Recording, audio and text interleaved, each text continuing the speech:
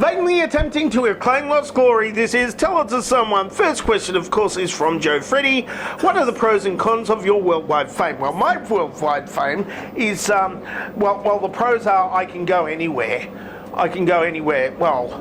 I can go anywhere if I have a passport and money for the plane ticket and there's no COVID around. But nobody will recognise me, which is somewhat of a bonus, unless of course I've got my passport and I show them my picture from the passport and they say, "Oh, you're that guy with the passport." It's like, great. Next question is from Jonathan Stern. Why did Rax fail? Well, Rax is a place that sells beef sandwiches, and I looked it up, and they have 5 places that still sell beef sandwiches, all in Ohio. Now, I've never sold a beef sandwich in Ohio. That means that Rax is a success. They sell beef sandwiches in Ohio, and it's not a failure. I mean, they used to have 500 of them, and now there's only 5. So that's only 1% of what they used to do, but 1% of a massive number of beef sandwiches is still a large enough number of beef sandwiches to operate 5 restaurants. So, they're not a failure.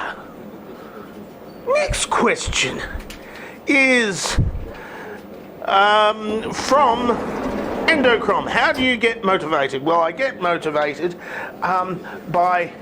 I'm not motivated at all. It's just a schedule these days. I have to drag myself out from the other room in this house and into this room, which is like a green void, which I've projected a monorail behind, and then I bullshit for a while and then stop, and then I edit it together and put the monorail behind me. And so there's no motivation at all needed, except for the fact that I'm usually sitting in my chair, and sometimes my legs get sore from sitting in the chair for too long. Don't judge me. David Pope. Which long-standing industry are we going to be killing off next week? Well, apparently, if Jonathan Stern has it his way, we would be killing off beef sandwiches, you know, in order to make Rax fail, to make his question valid or something. So blame him, blame whoever it was that I blamed it on. Don't blame me, because I don't want to be blamed. The Gingerhead Man asks, is Diaper Don a mafia kingpin who owns a diaper factory? No.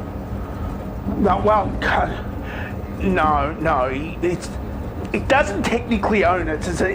It's a bunch of shell companies, and they're loaded up with debt, and then they sell the shell companies back to themselves, and then the bank owns them, but it's specifically run in his name. But every time the place goes bankrupt, he owns a little bit less of it, but he keeps on funneling the money out, and so it's technically making a loss, but it's actually making a profit, but not for any of the owners, which is the bank. It goes back to himself, and then it's all burned down, and they get a tax write-off from that, and the bank doesn't get any money at all. That's how it runs, you know. That's because he doesn't have any money.